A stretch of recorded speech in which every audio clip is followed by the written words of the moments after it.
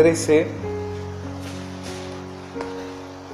verso 43. El tema que vamos a compartir hoy es perseverando en la gracia. ¿Sí? Estamos comenzando el año y enero para, los que han podido tomarse vacaciones, muy bien. Febrero es como que ya nos comienza a enfocarnos en lo que viene del año, pero siempre en las distintas etapas del año tenemos altibajos, ¿sí? Nos cuesta tener la misma línea de intensidad en las cosas que hacemos, tanto en lo laboral, en lo emocional y mucho más, tristemente, en el plano espiritual. Siempre nos cuesta perseverar. Y precisamente aquí en una iglesia muy particular, en un momento muy particular, Pablo y Bernabé tienen una expresión que quisiera que fijáramos en nuestra mente y en nuestro corazón para que nos mueva cada momento de nuestra vida. No vamos a decir del año porque no podemos proyectar algo que no sabemos que vamos a tener, pero sí podemos proyectar el presente. A veces proyectamos a futuro y en esa proyección me olvido del hoy. Y a veces miro tanto el pasado que en ese tanto mirar hacia atrás me olvido del hoy.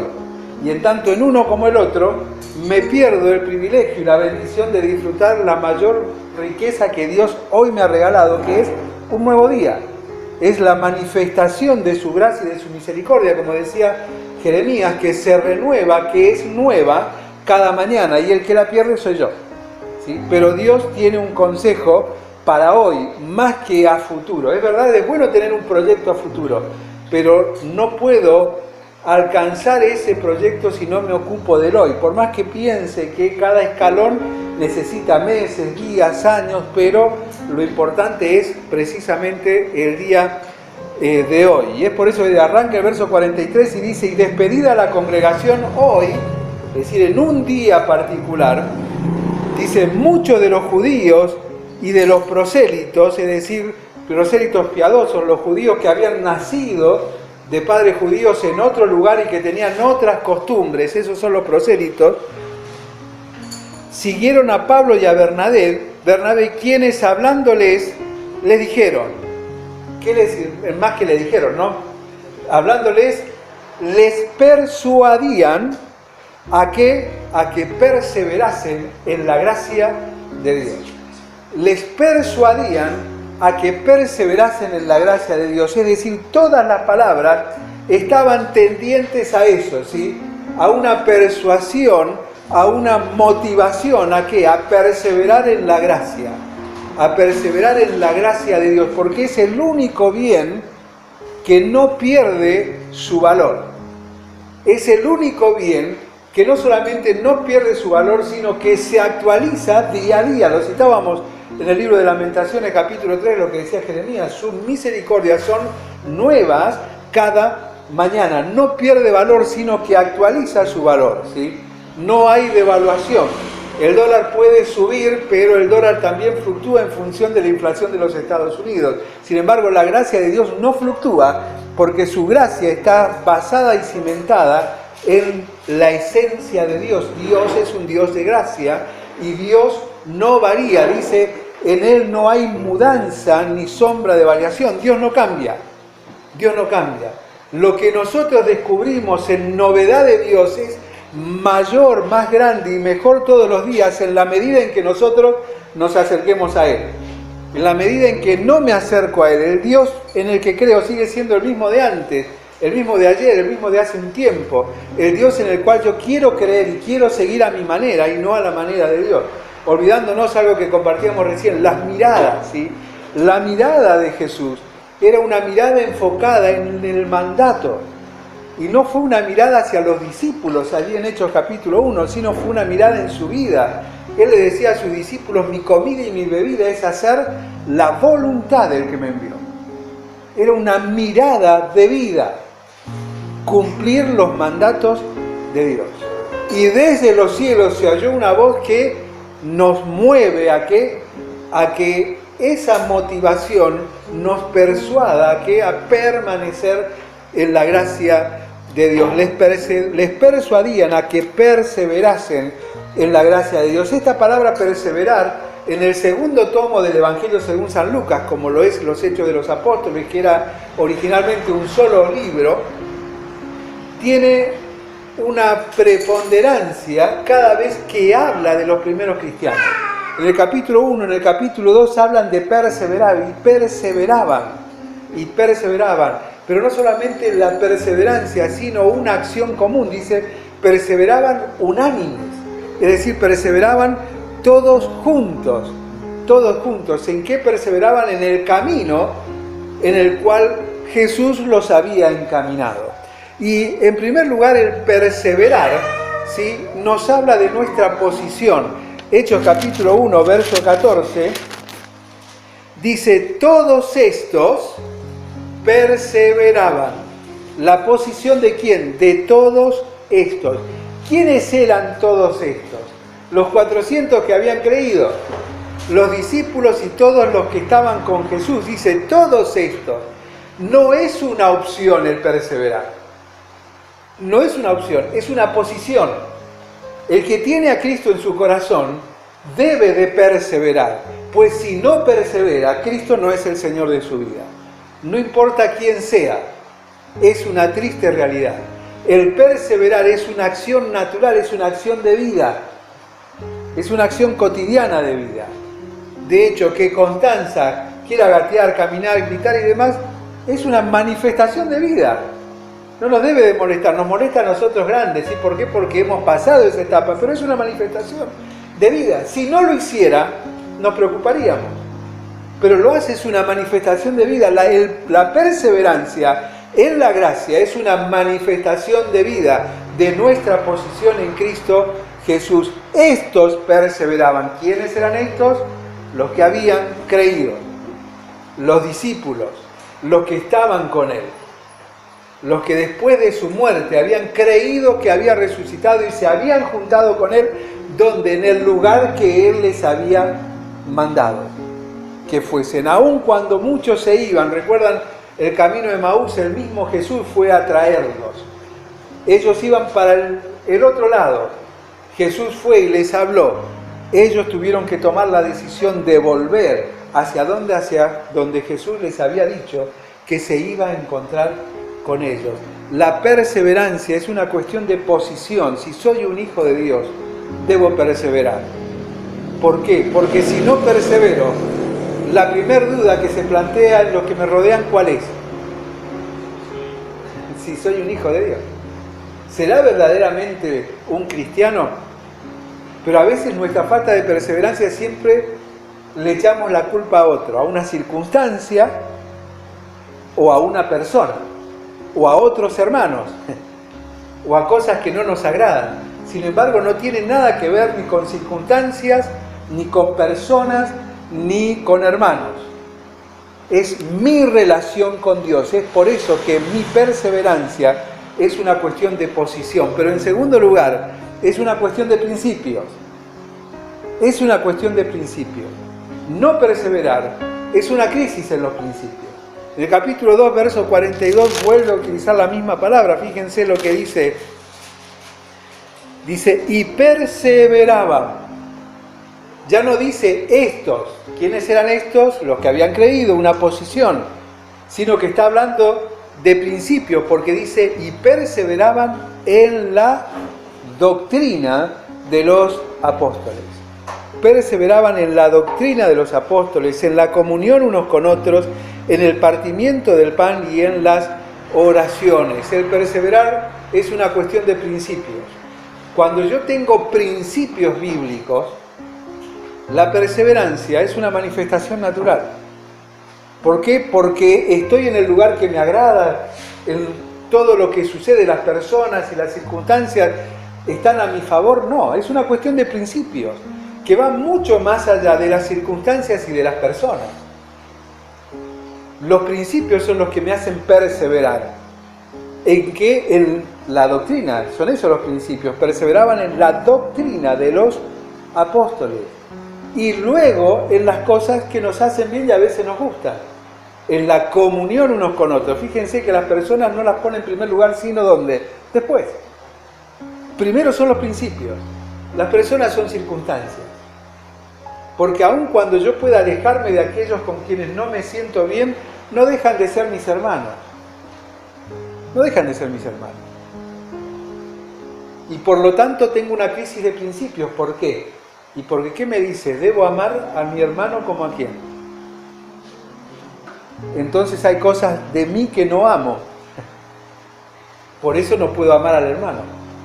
Por las diferencias.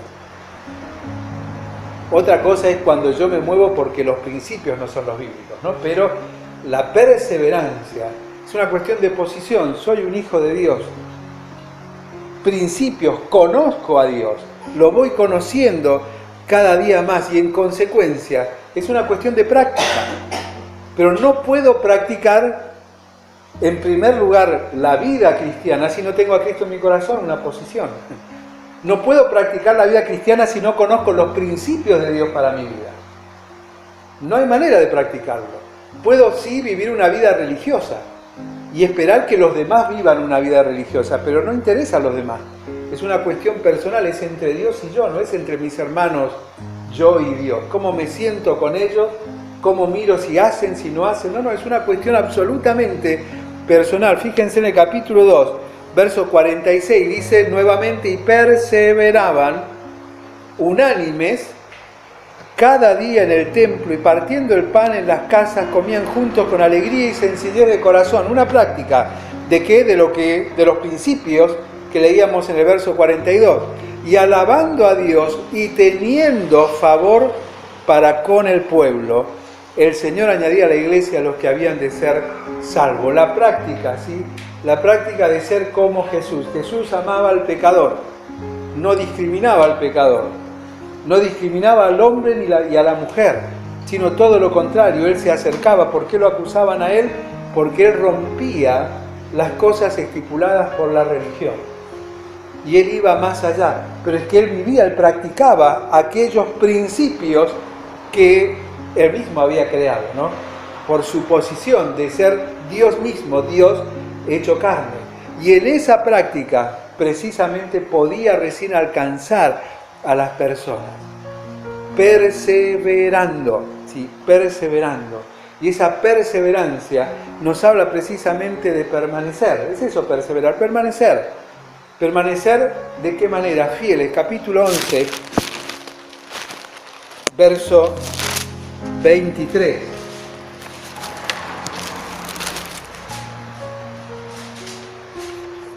Capítulo 11, 23. Dice, y está hablando de Bernabé, cuando llegó y vio la gracia de Dios, se regocijó y exhortó a todos que con propósito de corazón permaneciesen fieles al Señor.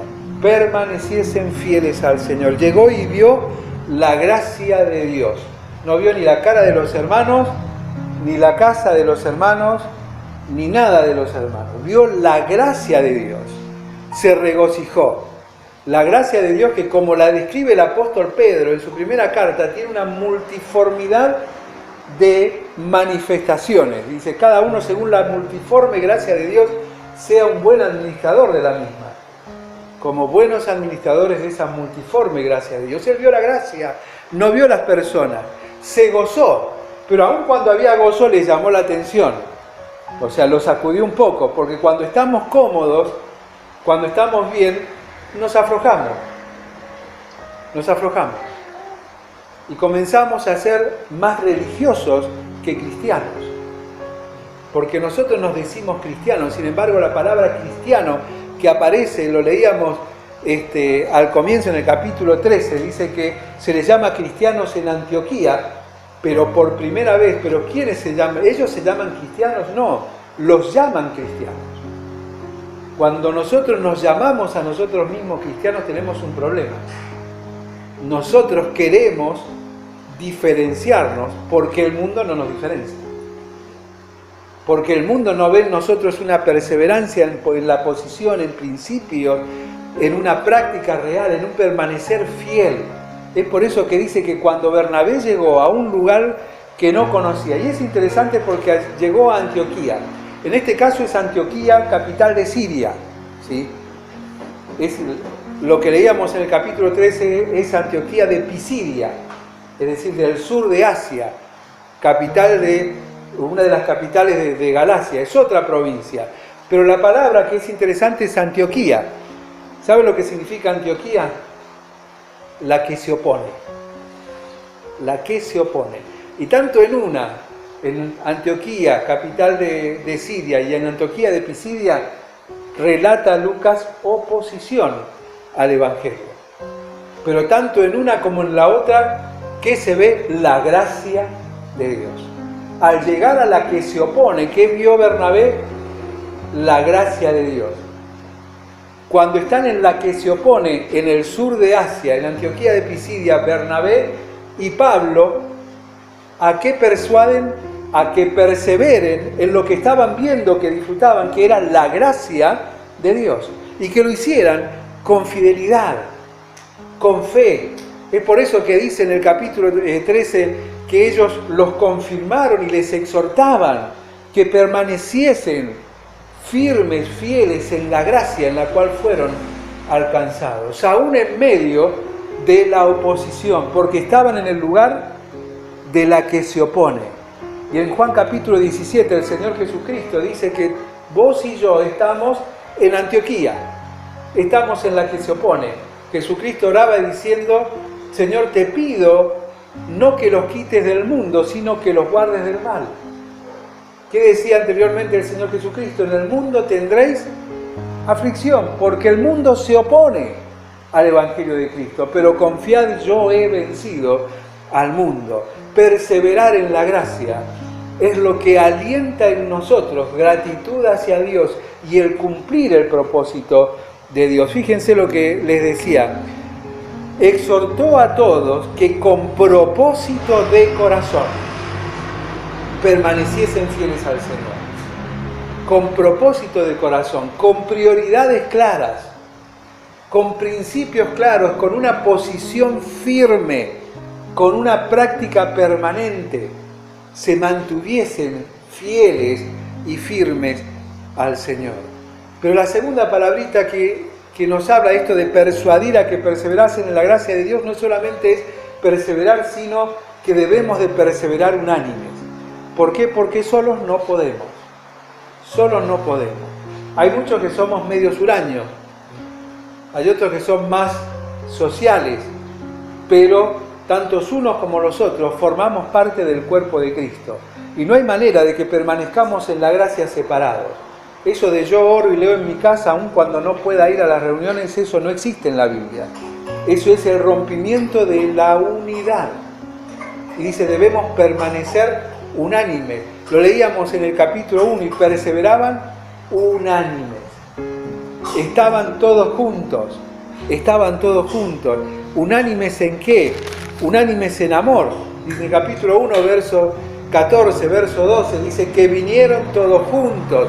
Verso 14, subieron todos juntos, estaban todos juntos.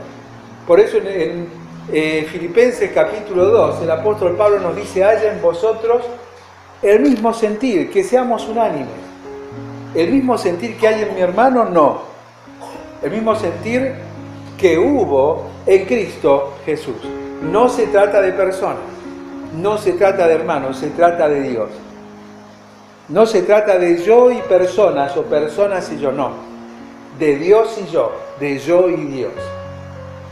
El mismo sentir que hubo en Cristo Jesús. Y Jesús tenía la mesa de todo. Tenía personas que le seguían, que no sabemos qué pasaba por su cabeza. Tenemos personas como Judas, que era un traidor y un ladrón, pero él lo tenía ahí. Teníamos personas como Tomás, que siempre dudaba, como otros que estaban siempre mirando a ver qué pasaba, si valía la pena seguir. Sin embargo, a todos, de distintos estratos sociales y de distinta formación y de distinta fe y disposición a seguirle en su corazón, Jesús los tenía ahí.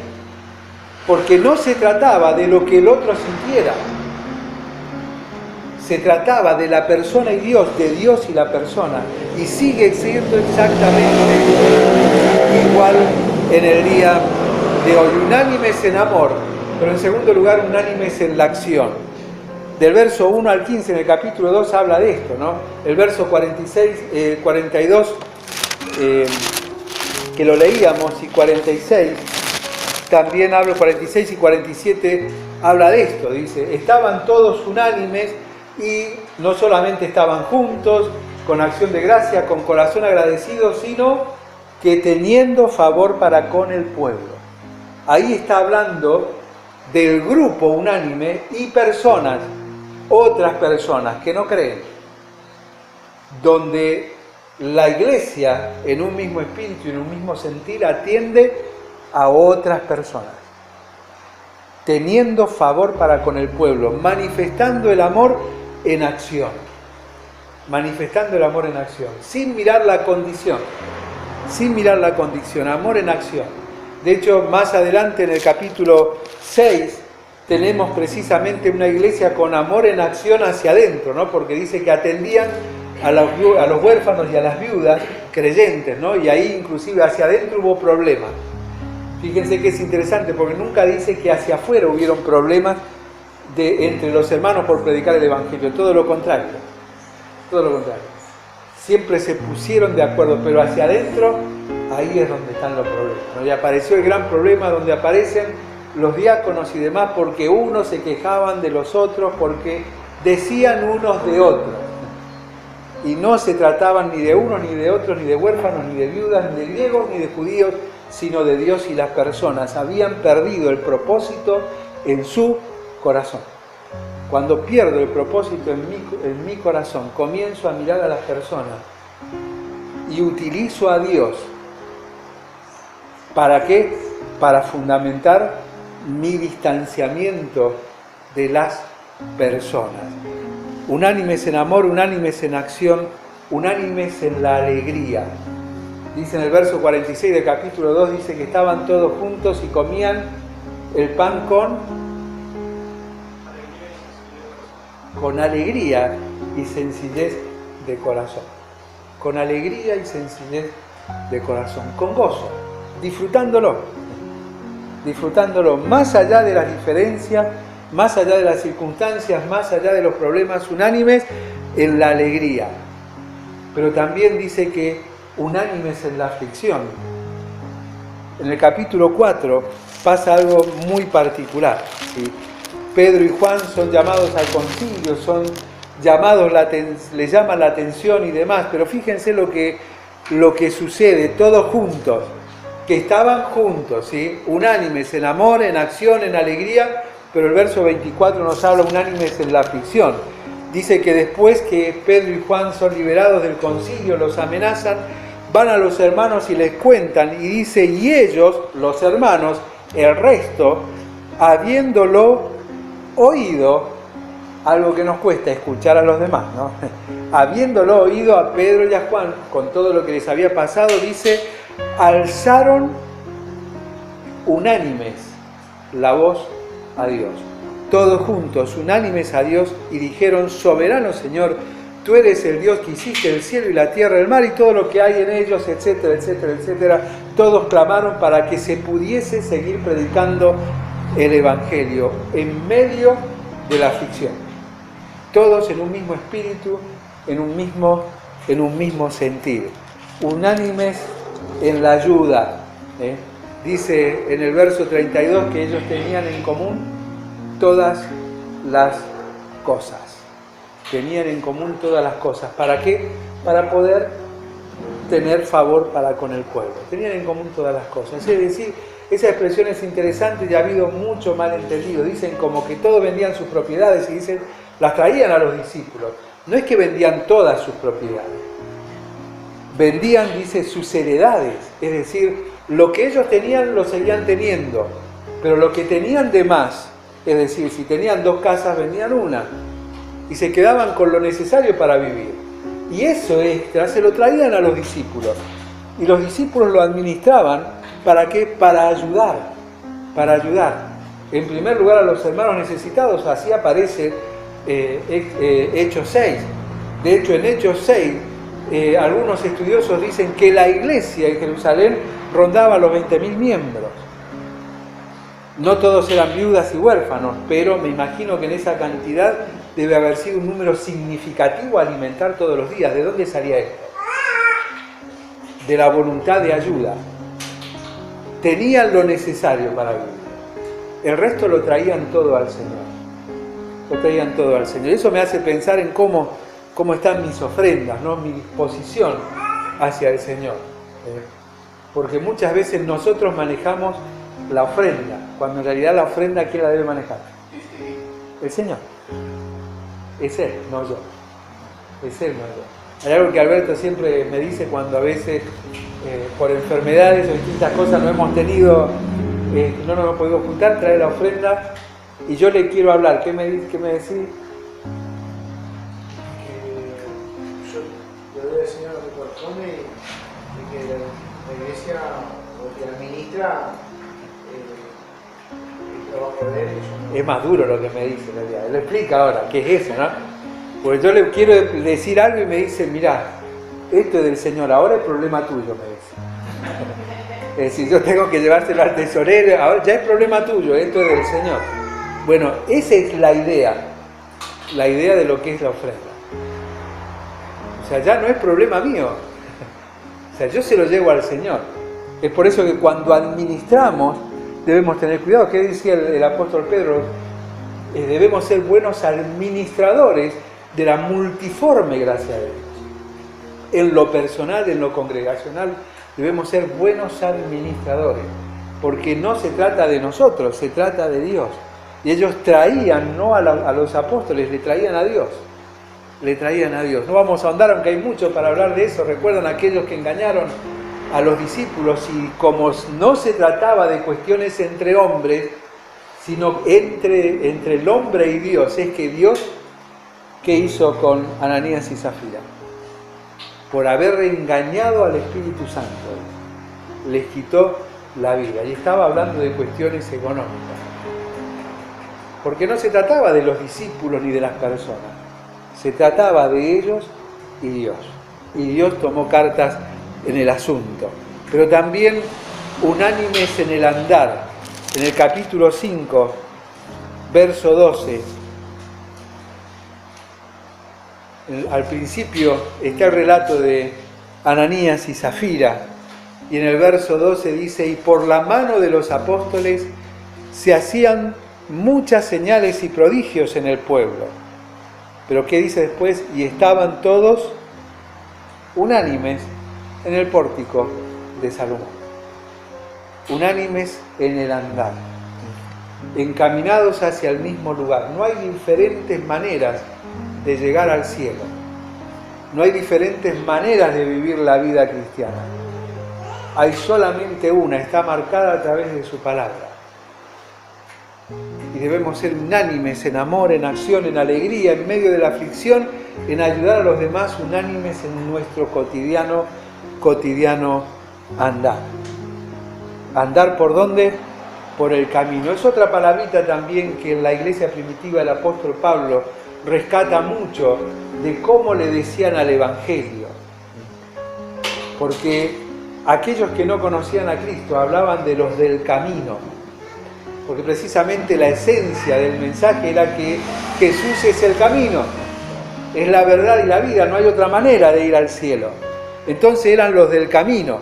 Y vemos en Hechos capítulo 9 una situación muy difícil, que es en el camino de la persecución, que gracias a Dios no estamos, ¿sí?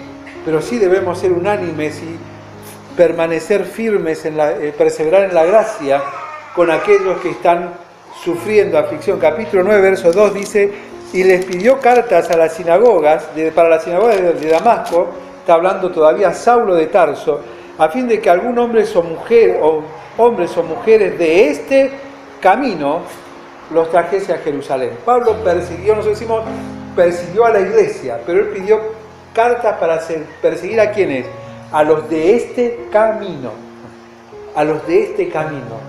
Perseveraban unánimes en el andar.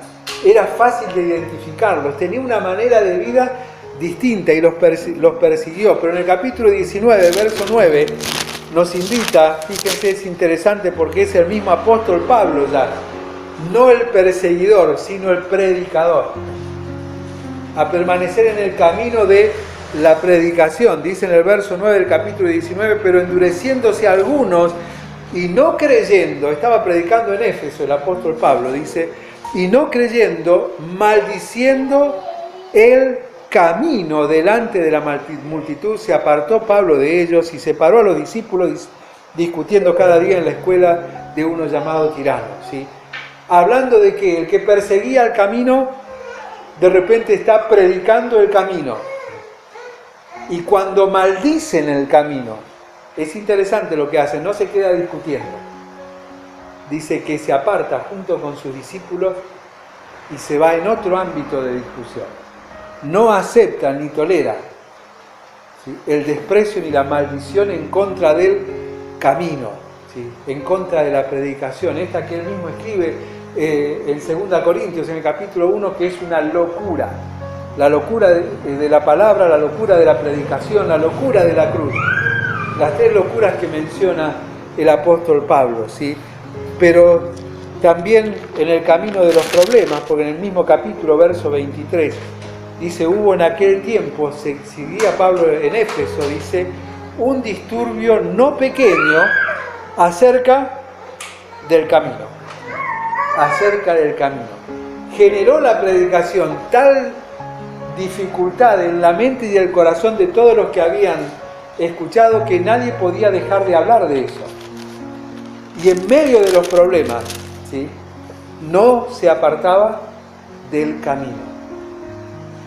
Del camino. Y el no apartarse del camino trae o conlleva en sí mismo no poder dejar de hablar del mismo. Y cierra Pablo en función del camino, porque es él el que más lo utiliza, ¿no? Pablo cuenta su testimonio allí en el capítulo 22, verso 4, hablando del camino. Pero fíjense que es interesante porque no habla del camino, sino el camino en minúscula. Dice, yendo yo de camino. Este era mi camino, hasta que me encontré con el camino. En el capítulo 24 confiesa, ¿sí?, cómo él conoce al Señor. Y en el verso 14 del mismo capítulo confronta, ¿sí?, confronta con el camino a aquellos que le habían tomado preso. Y en ese momento se encontraba precisamente delante de los reyes y después otros se acercan y escuchan el Evangelio. Y él, habiéndoles predicado, escucha que le dicen, estás loco, Pablo, las muchas letras te han vuelto loco.